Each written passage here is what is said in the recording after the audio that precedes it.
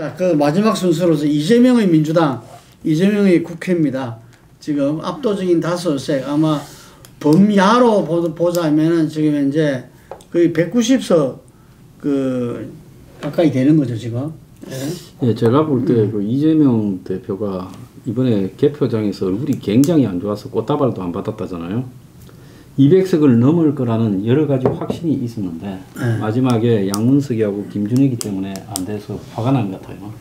그래서 아마 조만간에 이제 새 국회가 구성이 되면 저 둘이를 징계하지 않겠냐, 이재명 대표가 먼저. 어차피 선거하면 또 뽑힐 테니까, 보궐선거에도.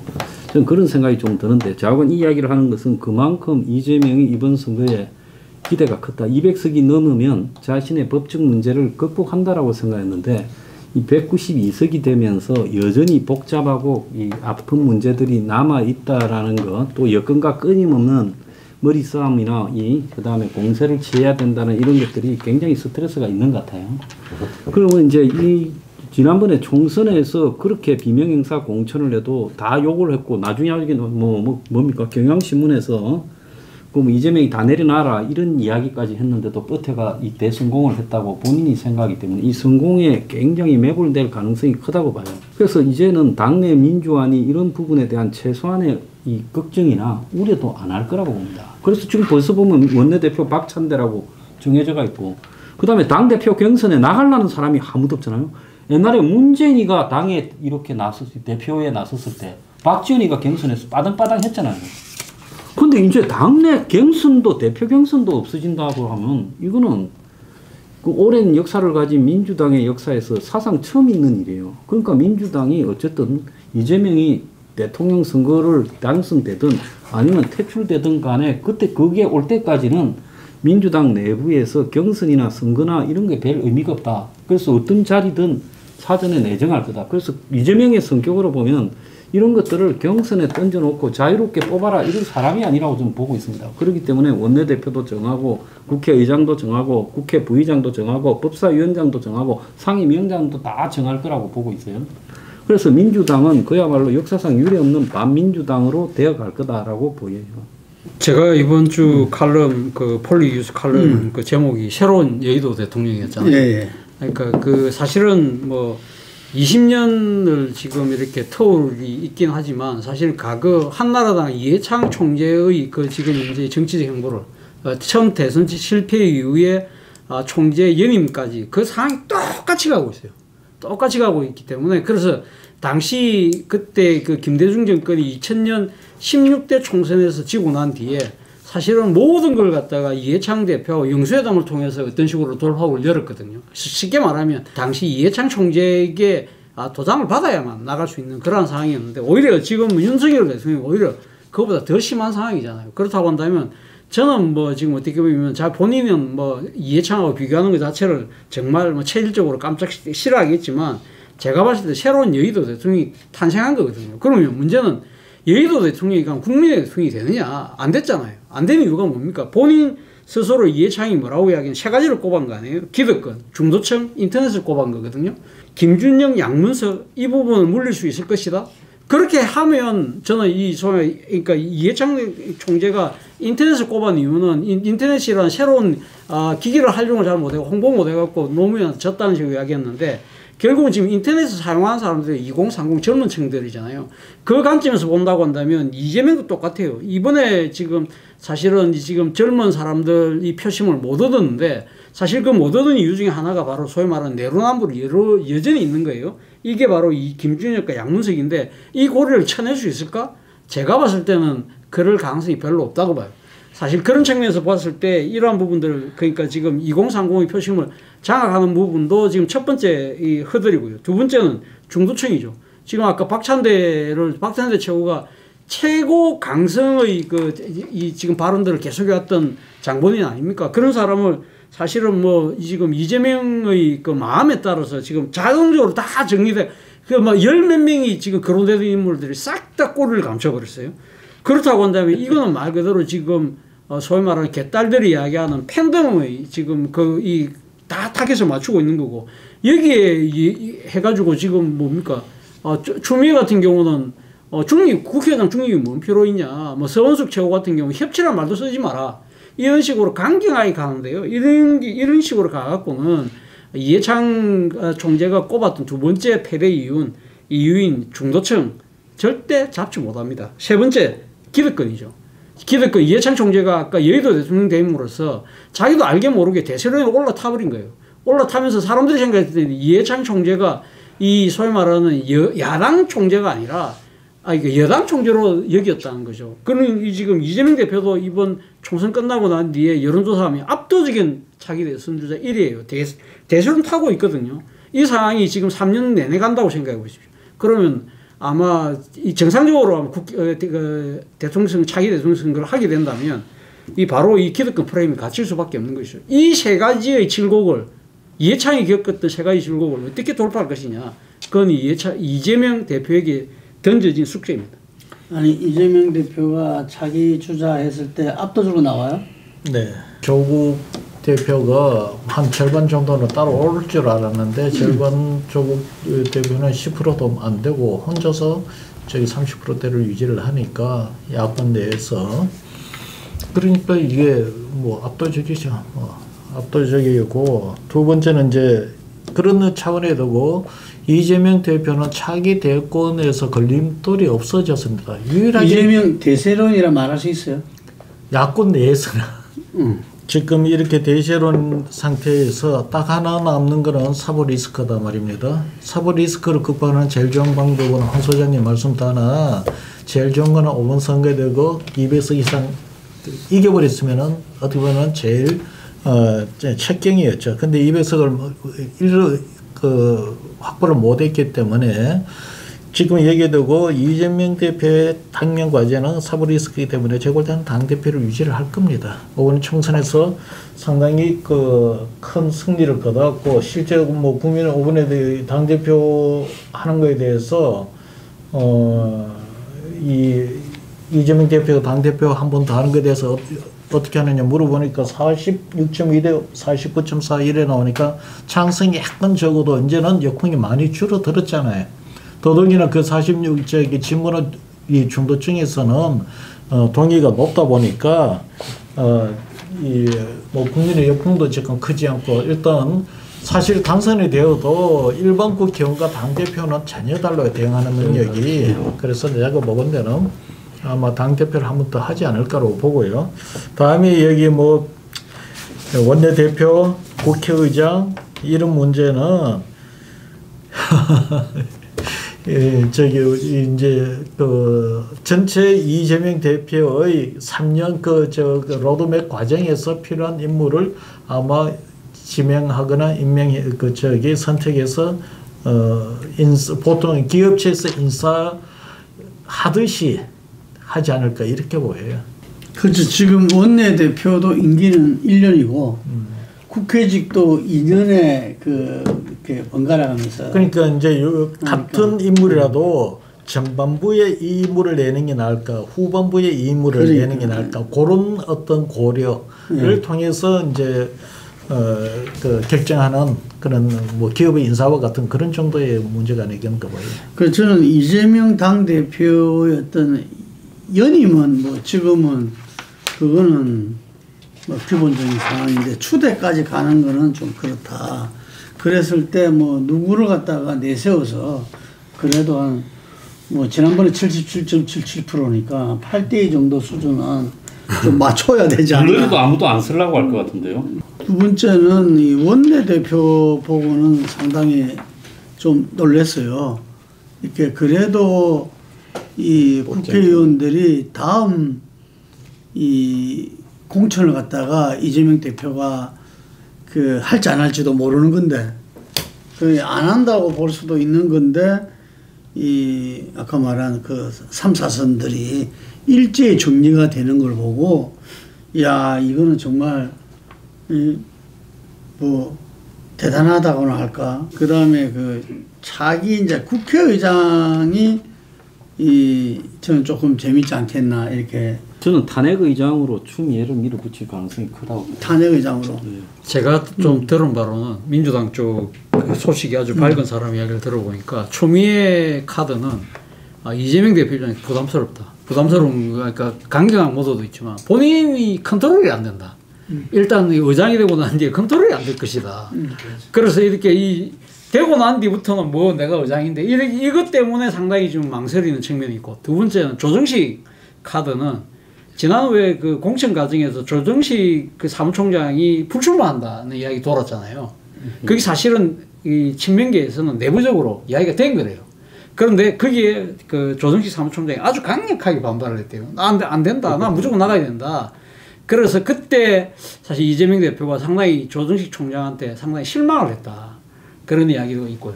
그러니까 세 번째, 정성호 카드는, 정성호 지금 의원은 사실 원래 당대표 나가려고 했는데 지금 그러니까 이재명 연임 분위기 상황에서 본인이 지금 국회의장으로 털었는데, 근데 이 친명 쪽에서, 그러니까 이재명 대표는 사실 그렇게 친하지 않아.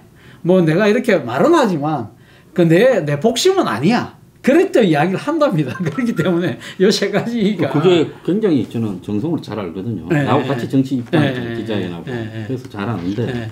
그 한간에서 아는 것처럼 그런 복심이 정성호 성격에 네. 안 거든. 네. 그 굉장히 일리 있는 이야기예요.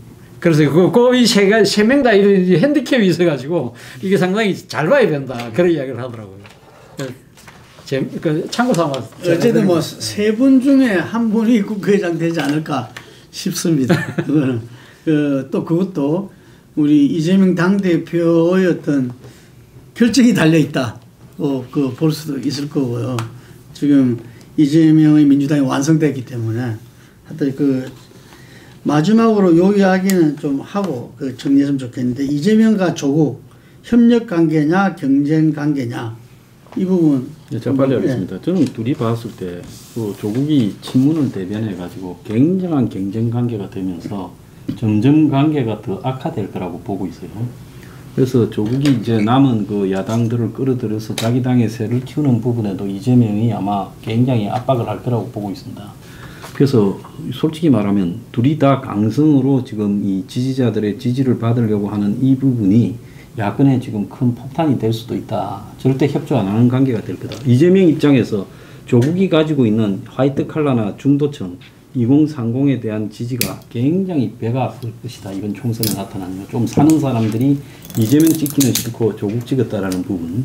그런 부분이 이재명이라는 사람이 가진 그 콤플렉스를 엄청나게 자극하게 될 거다. 이거 보고 있습니다. 오늘 항상 한번 묻고 싶어요. 조국의 사법 리스크에 대해서 어떻게 보십니까? 조국이 이재명이보다 깜빵 입구에 더 들어가 있죠. 네. 깊숙이 드러나 있는데 결국은 조국 같은 경우에는 판을 흔들어가 조금은 연기는 할 수 있겠지만 한 뭐 1년 정도 그 안에 승부를 짓지 못하면 조국은 사실상 아웃이죠. 정치적으로는. 그렇기 때문에 조국이 굉장히 판을 혼란스럽게 만들 거다.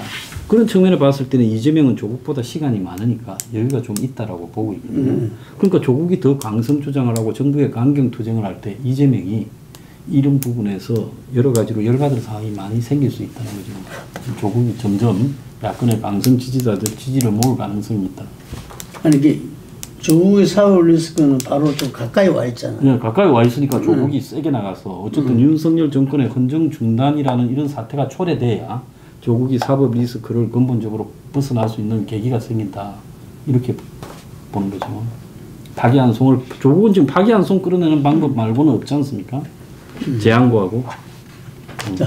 뭐 저는 거기에 대해서는 뭐 특별한 건 없고, 일단 이재명 대표 입장에서는 경쟁하기도 그렇고 협력하기도 그렇고, 제가 볼 때는 이재명 대표 입장에서는 조국과의 관계는 그냥 무시하고 그냥 가지 않겠는가, 뭐 그런 정도로 봐요.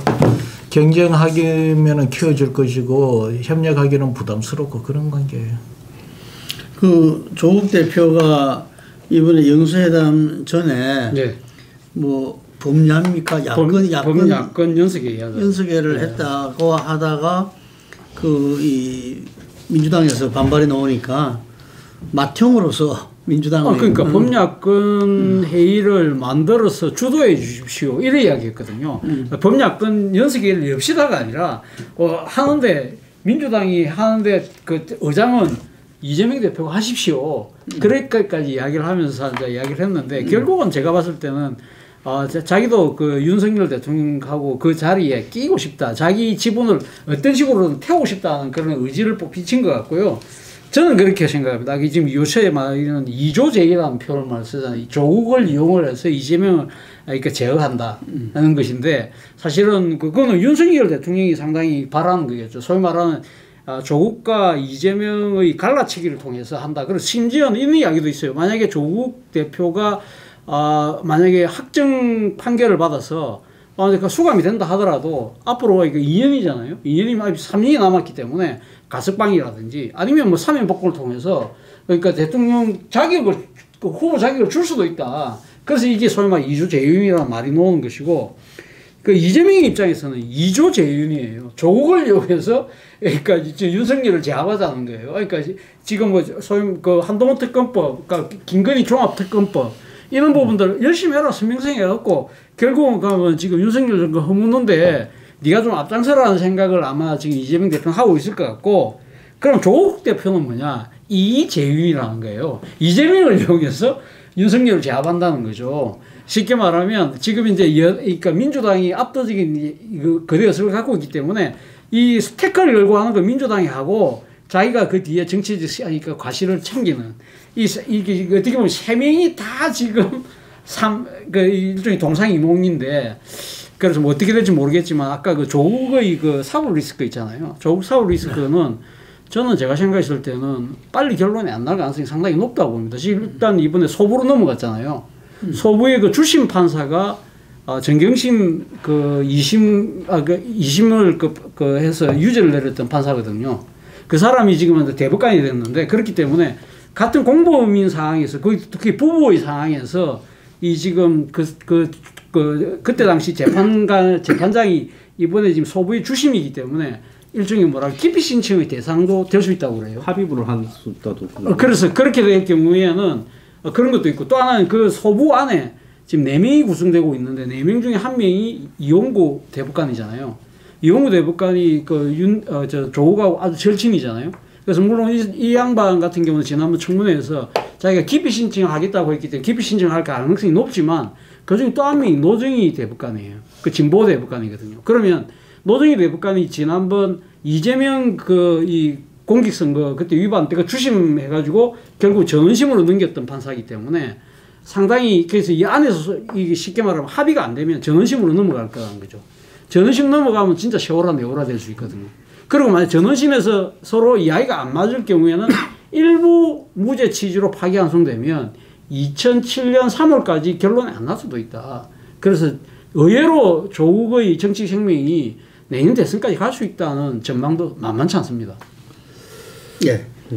제가 볼 때는 이전에 이재명 당대표가 전국적인 아마 정치인으로 부각된 게 탄핵 아니었나 싶습니다. 2017년 그 탄핵 때 당시 민주당 의원들은 탄핵 대열에 당시에 이 서울시청 앞에 이렇게 그리고 강화문 앞에 탄핵에 참여도 당 차원에서는 안 하고 상당히 소극적으로 할 시절에 이재명 당시 성남시장이 해서 박근혜 대통령 하야를 이야기합니다.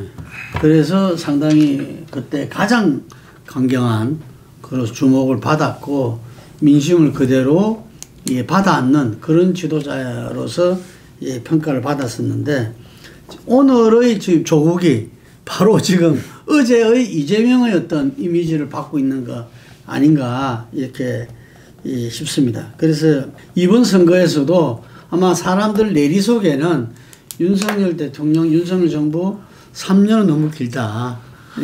이 부분이 아마 내리에 박혀 있는 것 같고 갑자기 조국 혁신당이 저렇게 부상하고 결과적으로 12석을 차지한 데는 여러 가지 요인이 있겠지만 윤석열 정권 심판을 즉시 이뤄내야 된다라는 어떤 이 세력들이 함께하고 있다고 이렇게 보여집니다.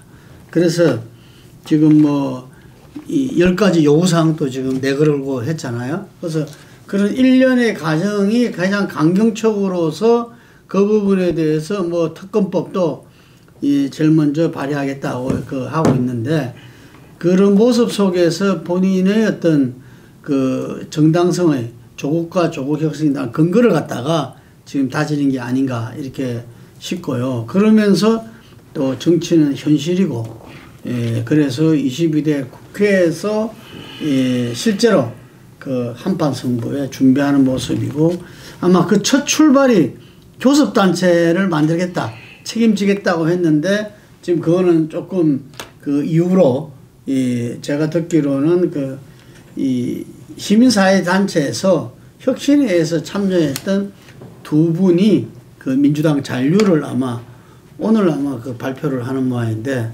거의 민주당 잔류로 결정을 하는 모양이라서 그리고 민주당에서 지금 이제 그 교섭단체 완화도 지금 이제 보류된 거잖아요. 20석에서 10석으로 완화되는 거 이런 것도. 그래서 아마 첫 작업이 어떤 면에 정치적으로 보면은 좀 무산됐다 이렇게 볼 수도 이제 있겠는데 그래서 앞으로 어떤 강경의 어떤 이 기세를 갖다가 그대로 이어 나가면서도 아마 그것도 이렇게 정치와 한국 현대사 이걸 너무나 꿰뚫고 있는 분들이기 때문에 적절하게 어느 이 스탠스를 갖다가 잡아가지 않을까. 하지만 이 윤석열의 탄핵을 바라는 민심 위에 올라와 있다라는 부분들이 아마 행동에 상당히 좀 제한될 수도 있지만 그분들도 지금 이제 탄핵으로 가려면 분명한 근거가 있어야 되거든요. 그래서 제가 생각할 때는 아마 최상병 특검이 어떻게 이루어지는가가 상당히 이 조국과 조국혁신당이 움직이는데 상당히 중요한 변수가 되지 않을까 이렇게 생각합니다.